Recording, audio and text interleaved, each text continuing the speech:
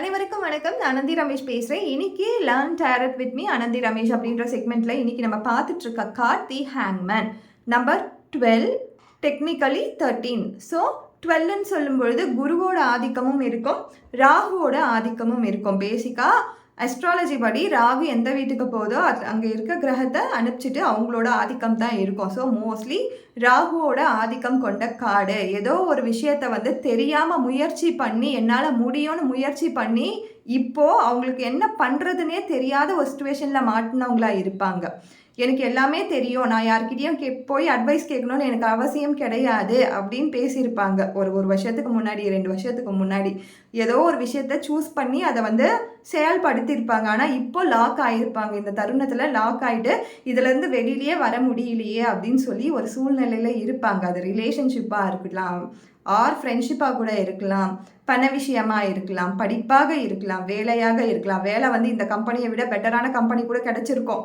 But நம்ம என்ன யோசனை பண்ணியிருப்போம்னா, இந்த ஆஃபீஸ் தான் எனக்கு பிடிச்சிருக்குது, நான் இங்கே தான் போய் வேலை பார்க்க போகிறேன்னு போயிருப்போம். ஆனால் போன அப்புறமா தான் தெரியும் இந்த அளவுக்கு டார்ச்சர் பண்ணி வேலை வாங்க முடியுமோ அந்த அளவுக்கு அந்த கம்பெனியில் வேலை வாங்குறாங்க, இதுலேருந்து வெளியிலேயே வர முடியல அப்படின்ற ஒரு சுச்சுவேஷனில் கூட இருந்திருக்கலாம். ஸோ ராகுவோட இந்த ஈகோ அப்படின்ற ஒரு விஷயம் முன்னாடி நம்மளுக்கு இருந்திருக்கும், ஆர் இப்போ இனிமேல் வரக்கூடியதாக கூட இருக்கலாம், இப்போ நிகழக்கூடியதாக கூட இருக்கலாம். ஸோ பாஸ்ட்டு, ப்ரெசன்ட், ஃப்யூச்சர் இது 3த்துலேயும் நம்ம வச்சு இதை பார்க்கணும்.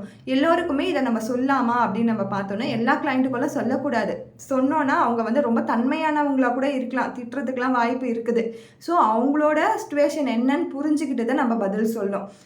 இந்த கார்டு வந்தாலே ஒரே ஒரு ஆன்சர் தான் எல்லாருமே சொல்லுவாங்க, நீங்கள் போய் கடவுள்கிட்ட, டிவைன் எனர்ஜி கிட்ட சரண்டர் ஆகிடுங்க.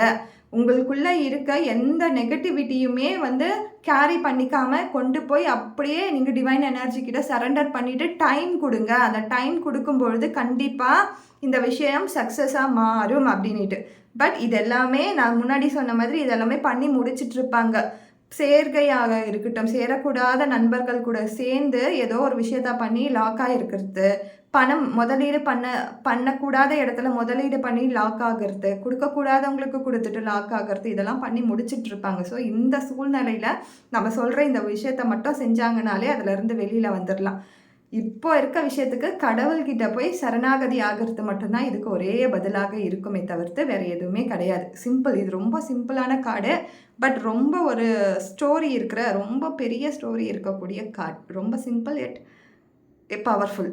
Thank you so much.